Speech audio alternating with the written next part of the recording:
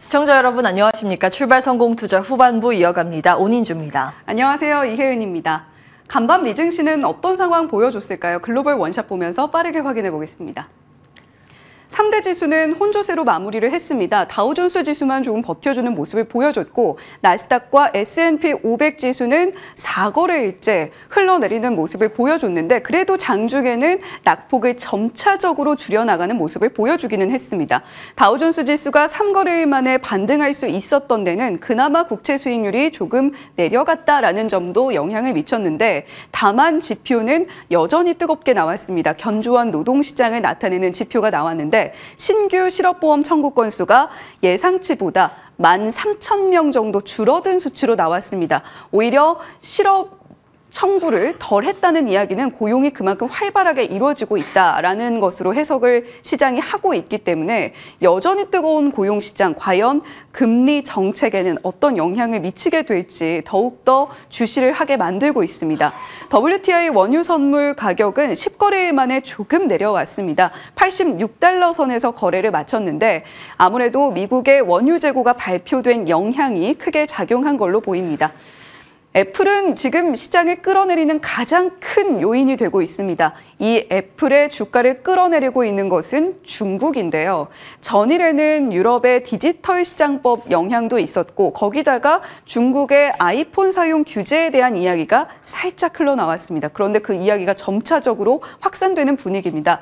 전일장에서 3% 넘게 빠졌던 애플, 추가적으로 3% 더 빠지는 흐름이 간밤 미증시에서 나타났고요. 필라델피아 반도체 지수도 애플과 관련된 칩 업체들의 주가가 떨어지면서 함께 끌어내려졌습니다.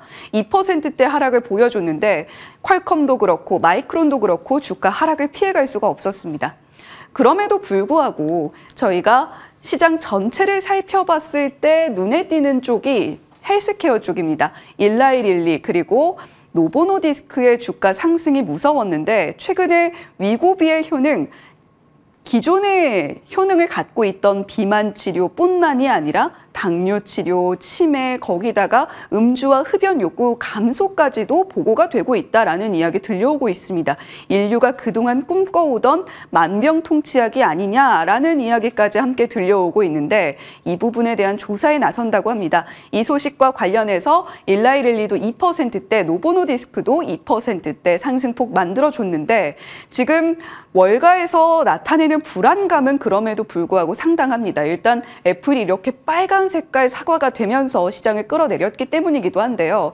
에너지 가격 상승세는 WTI 원유 선물가가 조금은 내려왔다곤 하나 여전히 상승 추세를 이어가고 있는 상황이고 거기다가 고용지표가 계속해서 잘 나왔다가 조금은 식은 모습을 보여줬다가 또 뜨거운 모습을 보여줬다가 번갈아가면서 나오고 있습니다. 이런 고용 강세의 모습이 연준이 추가 행동에 나설 가능성을 키우고 있다라는 분석이 나오는 건데요.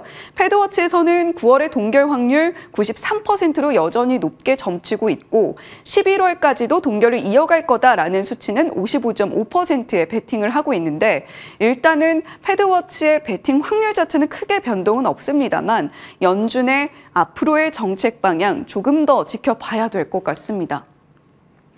아직도 뜨거운 고용시장 이야기를 좀 해보죠. 신규 실업수당 청구 건수 예상치가 23만 4천 명 정도로 나왔는데 실제로 열어보니 21만 6천 명가량이 신규 실업보험 청구를 했습니다. 연속 실업수당 청구 건수도 예상치보다 밑돌게 나왔습니다. 예상치보다 고용지표가 밑돈다는 것은 여전히 고용시장이 뜨겁다는 것을 반증하는 것이겠죠. 예상치가 171만 5천 명이었는데 발표치는 167만 9천 명으로 나왔습니다. 연속 실업보험 청구 건수의 경우에는 지난달에 신규 실업보험 청구를 했는데 여전히 취업이 되지 않아서 추가적으로 실업보험을 청구한 사람들을 말합니다. 줄어들었다라는 것이 양 지표에서 모두 나타났고 모건 스탠리는 이런 말을 하고 있습니다. 주간의 실업지표가 깜짝 하락하게 나왔다. 우리는 사실 이 모습을 이전에도 본 적이 있는데 고용이 여전히 눈의 가시가 되고 있다. 연준의 눈의 가시가 되고 있다는 거죠. 이렇게 노동시장이 탄탄하다는 것은 연준이 더 높게 그리고 더 오래 금리 인상 기조를 유지할 것이다라는 불안감을 키우고 있는 겁니다. 결국에는 또 지표입니다. 새로 나온 연준 총재의 발언입니다. 뉴욕 연은 총재는 매년 투표권을 갖죠. 비둘기파로 분류가 되고 있는 인사이기는 하나 윌리엄스 총재가 인플레이션은 올바른 방향으로 흘러가고 있다라는 이야기를 간밤에 내놨습니다. 현재 정책은 올바른 수준이기는 하지만 여전히 데이터는 지켜봐야 한다라는 연준의 전체적인 기조를 반복해서 이야기를 했고요. 내년쯤에는 실업률이 고용지표를 아무래도 의식을 한 겁니다. 실업률이 올라갈 것이고 예금이 줄어들면서 소비도 역시 줄어들 것이다. 따라서 인플레이션이 올바른 방향으로 둔화되는 모습을 나타내고 있다라는 이야기를 한 겁니다. 번외로 또 저희가 제임스 블라드 총재하면 일단 이름만 들어도 좀 무섭죠. 대표적인 매파로 분류가 되던 인물인데 일단은 총재 자리에서는 물러나긴 했습니다만 CNBC와 인터뷰를 했습니다. 애틀랜타 연은 GDP 나우가 여전히 매우 높고 근원 PC에도 여전히 높다. 연준이 할 일이 아직 남아있다라는 이야기로 매파적인 또 시각을 한 번 더 드러냈던 블라드 전 총재였습니다. 자, 이렇게 미국 시장 고용지표도 나왔고 그리고 연준 인사들의 발언도 나왔는데 결국에 중요한 것은 애플발 이슈가 어떻게 흘러가게 될까인 것 같습니다. 맞아요. 간밤 사실 그동안 걱정했었던 기름 가격도 좀 안정세를 보였고 금리로 떨어졌는데 나스닥 지수가 많이 떨어졌다는 건 결국 애플이 발목을 잡았다는 거거든요. 내용 조금 더 자세히 들어가 보겠습니다. 자, 먼저 어제 우리 시장 정리부터 해볼 텐데요. 양 지수 전강 후약의 패턴을 뚜렷하게 그려갔습니다. 압박을 받는 장중의 흐름이었고요.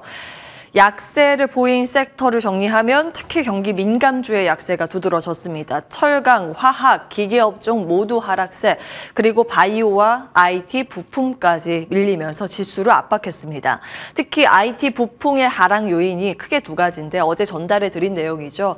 유럽연합에서 빅테크 기업에 대한 과점 규제 대상 선정에 들어간 모습, 물론 여기에 삼성이 빠지긴 했지만 어쨌든 IT 전체적으로 심리에 악영향을 미치는 모습이었고요. 또 한 가지 앞서 이제 말씀드린 중국에서 아이폰 사용 금지에 들어갔다라는 보도 내용입니다.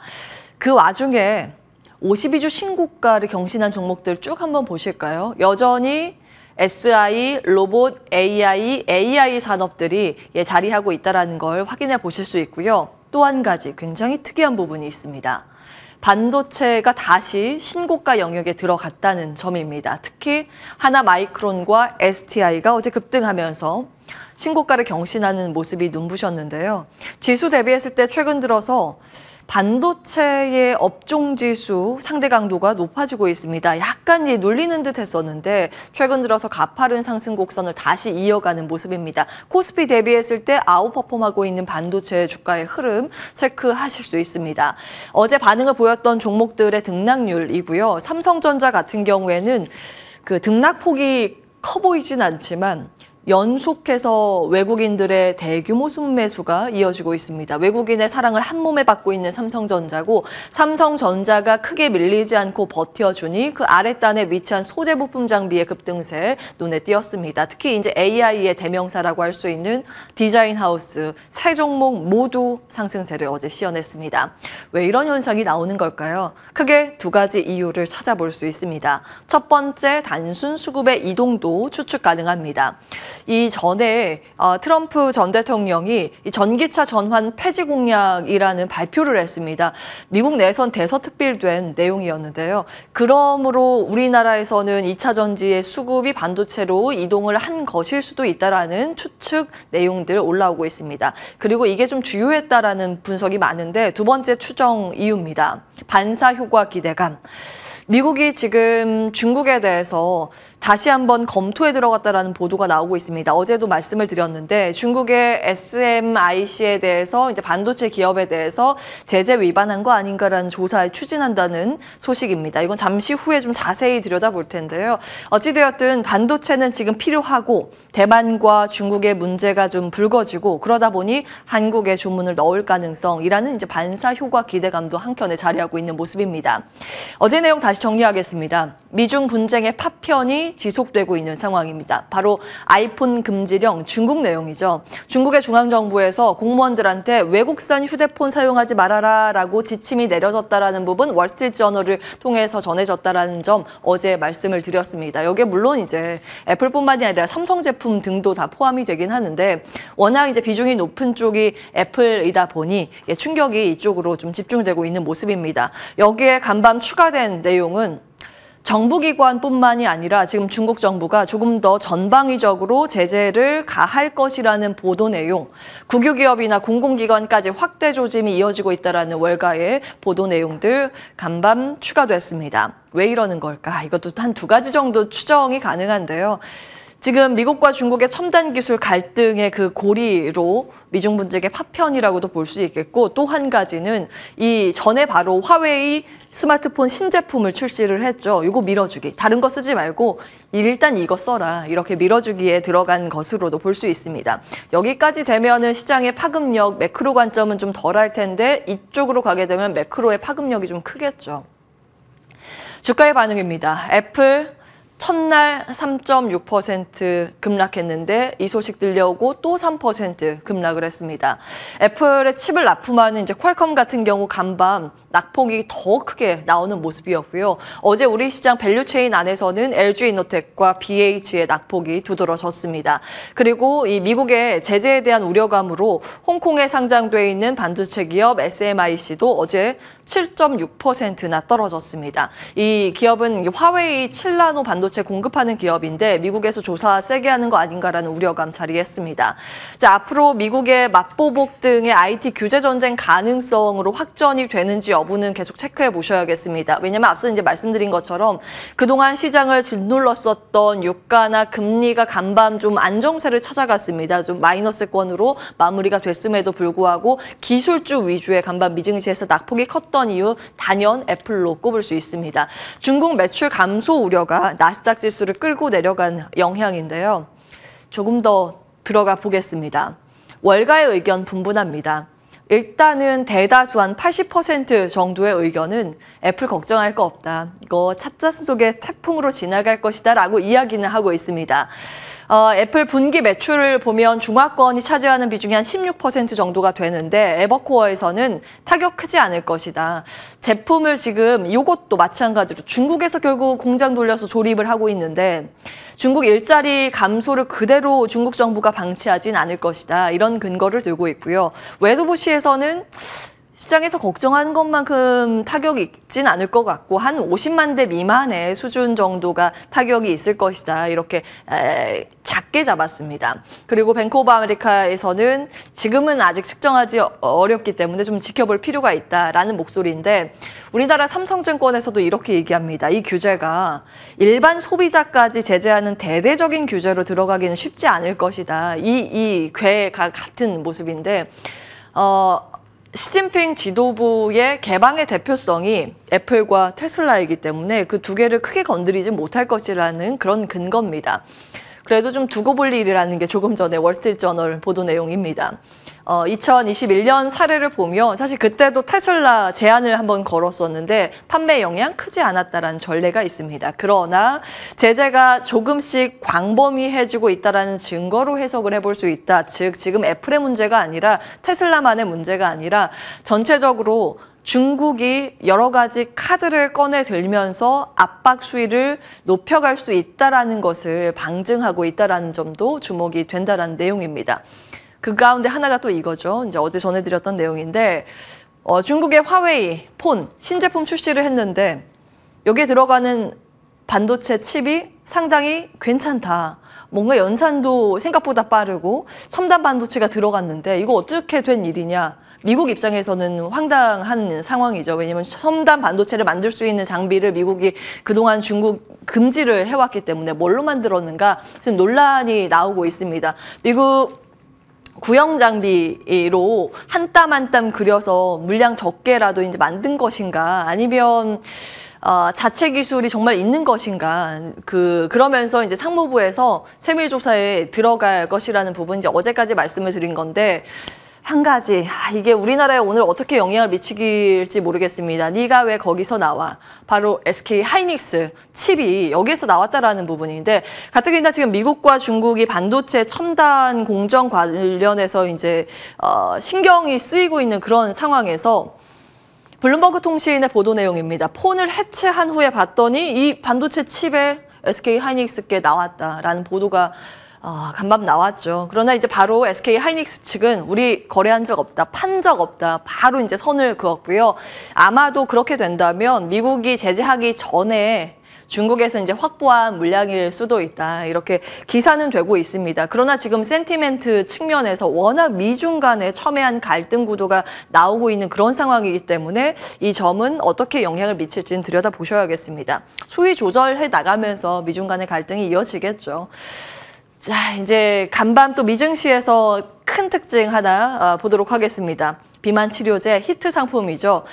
노보노디스크, 일라이릴리 동시에 2% 이상 급등하면서 또 다시 신고가를 경신했습니다. 유럽의 명품백 회사가 원래는 시가총액 1위 기업인데 그걸 제치고 노보라는 기업이 시총 1위에 등극을 했죠. 다 위고비 덕분입니다. 일론 머스크의 비만약이라고도 알려져 있죠. 아주 효과가 좋다고 알려져 있는데, 원래는 이제 당뇨 치료제로 만들었는데 비만에도 잘 듣는다. 그래서 비만 치료제까지 지금 허가가 돼서 판매가 되는 겁니다. 여기는 이제 다른 그 적응증 확대 가능성이 임상 데이터가 공개됐다라고 해서 추진 중인 내용이고요.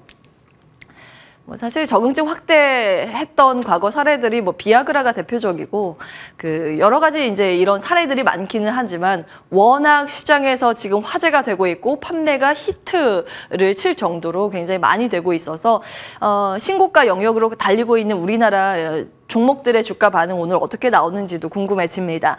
일단 노보의 위고비는 GLP-1 계열의 비만 치료제입니다. 우리나라 관련해서 개발하고 있는 기업들이고요. 특히 주가 반응이 요즘 뒤늦게 크게 걸리고 있는 쪽이 일동그룹주 등이죠. 다만 좀 아쉬운 건 노보노디스크하고 일라이릴리의 이 치료제는 이미 GLP-1 계열은 이미 임상 다 끝나서 제품이 판매가 되고 있는 제품인데 우리나라는 아직 거의 동물 임상 정도, 전임상에 들어간 게 대다수입니다.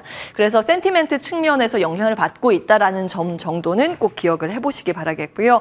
뒤늦게 이제 들어간 게 올릭스. 올릭스는 대체는 아니고 병용 같이 해서 치료제로 했을 때 뭔가 효과가 있을 것이다라는 기대감으로 지금 뭔가 추진에 들어갔다, 검사하고 개발하는 단계로 진입을 한다라는 이런 센티멘트 측면에서 시세를 내고 있는 쪽입니다.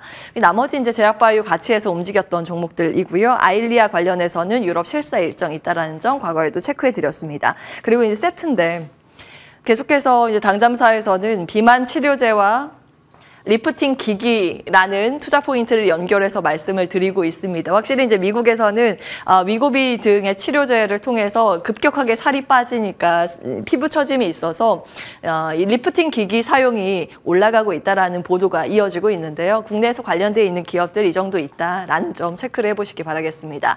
자, 시장의 또 다른 포인트는 수급입니다. AI하고 지금 MSCI 편입 후보군의 강세 조합이 눈에 띄는데요. 신고가를 기록하고 있는 새로운 시장의 3대장으로 볼 수 있을까요? 자율주행은 현대오토에버, 로봇은 레인보우 로보틱스, AI 진단은 루닛입니다. 참고로 이거는 간밤 이제 추가된 보도 내용이고요. 마이크로소프트에서 세계 최대 암식별 AI 모델 구축 중이라는 보도입니다. 세계 빅테크 기업도 AI 진단에 진심인 모습 확인해 보실 수 있는데요. 이 세 종목의 공통된 특징이라고 하면 AI뿐만 아니라 또 다른 부분 MSCI가 있습니다. 지난번에 이제 보여드린 화면인데요. MSCI 11월에 편입 가능한 종목이 무엇인가를 봤을 때 안정권은 이 세 종목이지만 이 아래 있는 위치한 종목이 시가총액이 여기에서 더 늘어나고 유동 비율이 증가하면 편입 가능 후보군 안에 안정권으로 진입을 하게 됩니다. 그래서 시장에선 이런 이야기가 있습니다. 조금 더 시총 올려서 안정권으로 진입을 하게 만들어 볼까라는 그런 심리적인 부분이요. 그래서 지금 여기에서 현대오토에버나 루닛 등 뭐 레인보우 로보틱스가 계속해서 이 안정권으로 들어가기 위한 시총 상향을 하고 있는 그런 모습인데, 한 가지 이제 관전 포인트입니다.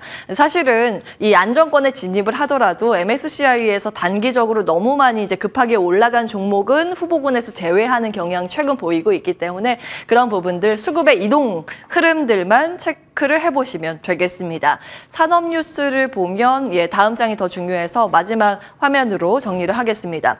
시간 외 거래에서 가장 크게 상승했던 종목은 비료, 농업, 요소수 테마주입니다. 특히 최근 요소수 테마주의 주가 반응이 크지 않았던 만큼 트레이딩 하시는 분들은 좀 참고해 보시면 되겠고요. 요소수 대란에 대한 우려감인데 중국에서 자국의 비료업체의 요소 수출 중단 지시 이슈가 있다는 점 정도만 체크를 해드리겠습니다. 여기까지 합니다. 당잠사였습니다.